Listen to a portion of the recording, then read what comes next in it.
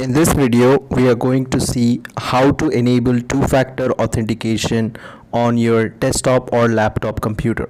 Click on Profile, go to two-factor authentication, which is on the bottom, as you can see on the screen.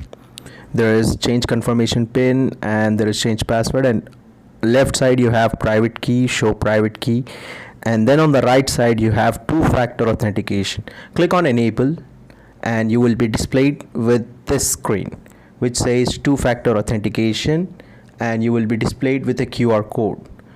Now what you need to do is you need to go to your mobile Play Store of your mobile, open the Play Store and download Google Authenticator app.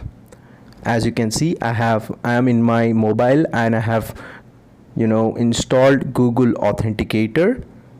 Once you have installed Google Authenticator, you will see two options that will be appeared on the screen. The first option given to you will be enter setup key, and the second option will be the scan QR code option. Just a moment, you will be seeing the options. Click on get started and then you can see scan a QR code and enter a setup key. If you click on scan a QR code, it will ask for the authorization for the camera. Click on allow. In my case, I am clicking on it once again, scan a QR code, and you will be prompted to allow the camera. Click on allow, and with the help of your mobile phone, just scan the code on your desktop and your Udua Google Authenticator key will be set up.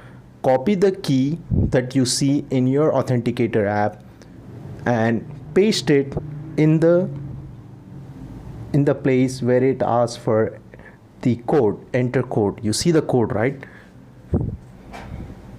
Click on it and enter the code that you see in your mobile phone. In my case, it is 233274416. Click on enable. Sometimes the code disappears. It's a time bound process, so you need to be real quick while you are entering the code. Otherwise the new code will be generated with the authenticator. So the new code is generated. I'm typing the new code. The new code is 486000. Enable. As you can see,